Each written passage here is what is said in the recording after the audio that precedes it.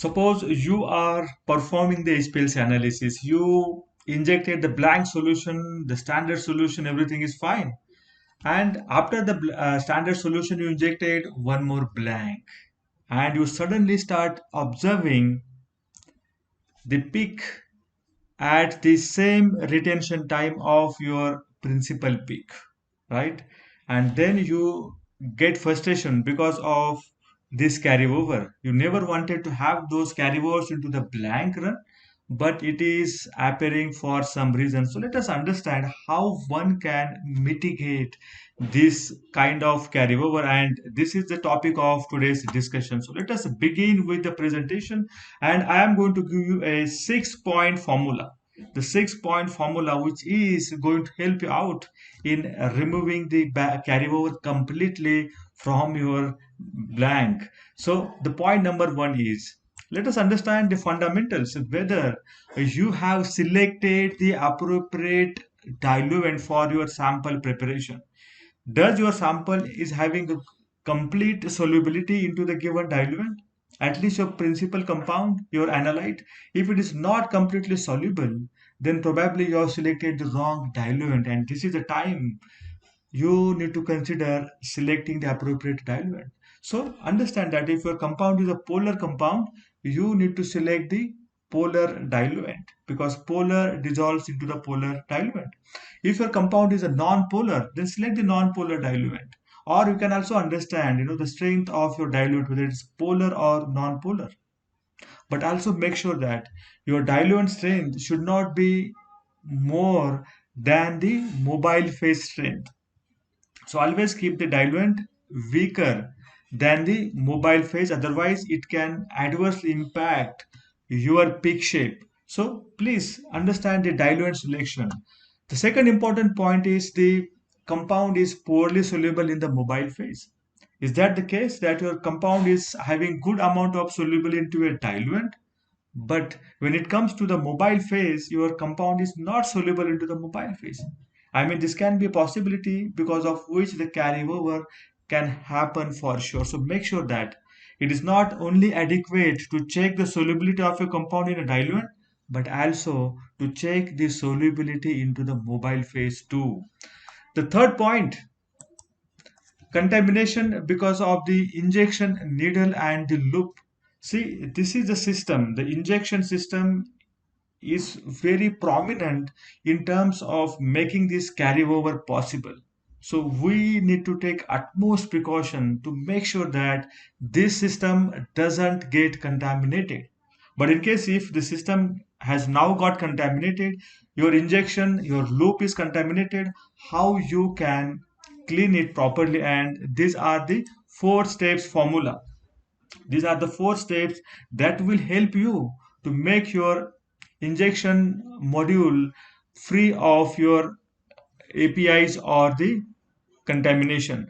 The hot water purging really helps really very well. So have the complete hot water purge for your HPLC system.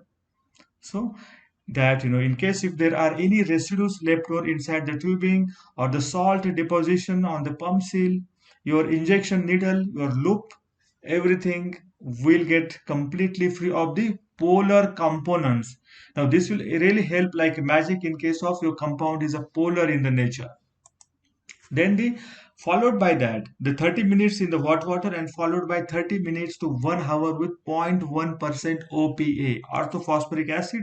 If you do not want to use orthophosphoric acid, then you can replace the orthophosphoric acid by formic acid, but have some acidic wash to the system. But make sure that in all these stages you are keeping your column away from the HPLC system. You should not connect the column, so you can have the union, so that you can have the detectors flushed at the same time. The step 3 is very important, and this is something the people also call this solution as a magic solution. And this is a mixture of water, methanol, ACN, and IPA in the equal ratio, that is 25 as to 25 as to 25 as to 25, volume by volume by volume. And you can add around zero point 0.2 volumes of OPA or if you do not want OPA, then replace the OPA by formic acid. So this also works very well in removing all types of contaminations, not only into the injector port, but throughout your HPLC systems and the tubings. Now, once this is done for, let us say, 1 hour, then you need to remove this OPA from the systems, because OPA doesn't get removed very easily, and that's the step number 4. Again, with the water flushing, so that whatever OPAs are left over onto the tubings or injector port will get easily removed away. You can also have the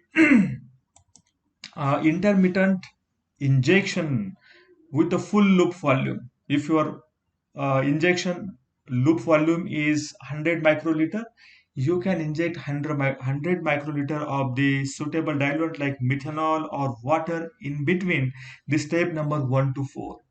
So while you are conducting step number 1, have the 3 to 4 injections of the, let us say, water. In case if you are conducting step number 2, have the 0.1% OPA injection with the complete loop volume, so that your loop also will get, your needle also will get completely washed away with the diluent. So I think that is going to also help you a great way in case if you are getting the injection done in between these different 4 stages. Improper needle wash. See, the needle wash is very important because you need to clean your needle by the suitable diluent. You have injected the standard or the sample, isn't it? Now your needle is not clean from inside probably, and outside as well. So if you are using a needle flow through needles, right, in which the mobile phase also flows from the inside of the needle, in that cases, the needles are completely getting washed away with the mobile phase. But what about the outer portion of the needle? You need to do it with the proper needle wash. So how one can select the proper needle wash? And in case if your needle wash solution has not selected appropriately, you can get the carryover.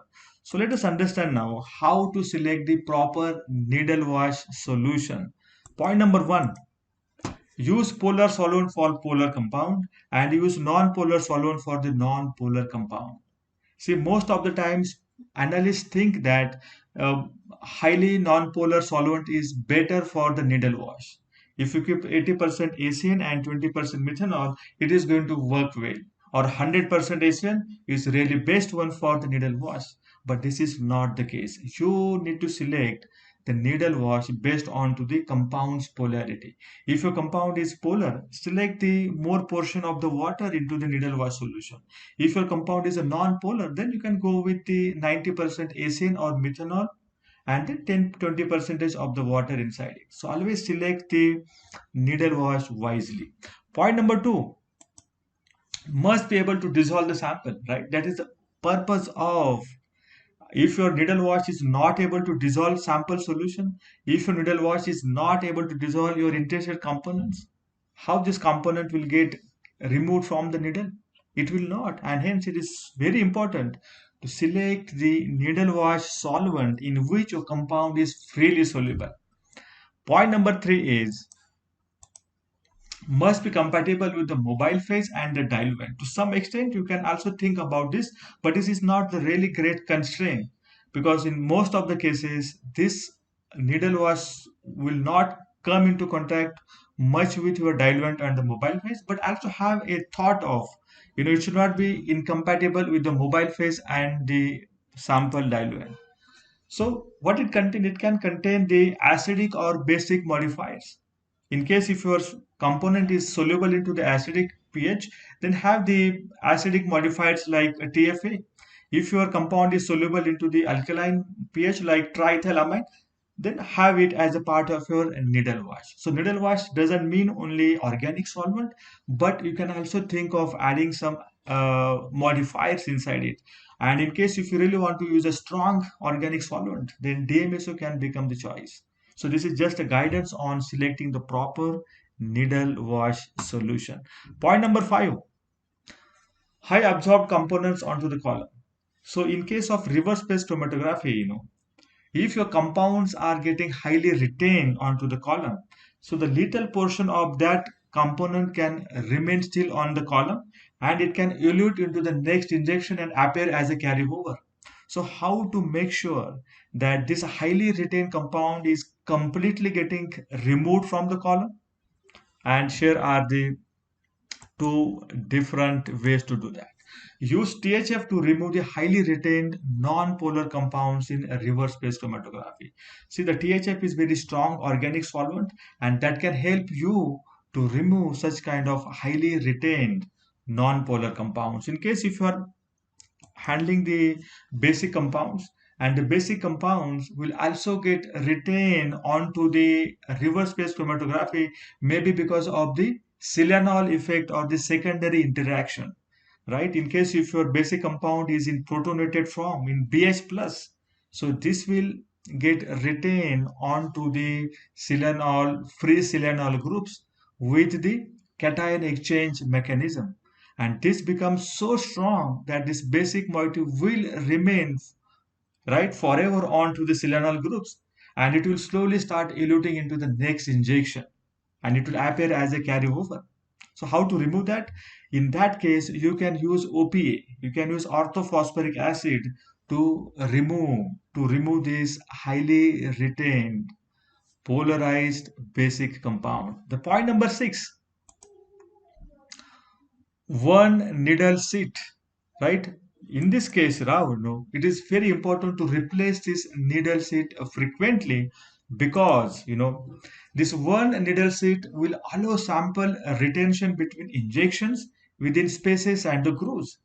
And not only that, in addition to that, the buffer salt present into your mobile phase can also deposit between the seals, causing the leaks or the carryover. So it is very important to maintain your needle seat in the right health. So I hope that these 6 points should help you in avoiding the carryover in your next analysis run. So thank you very much for watching this video, and I will meet you soon with such kind of useful and informative videos. Till then, take care and bye bye. See you soon.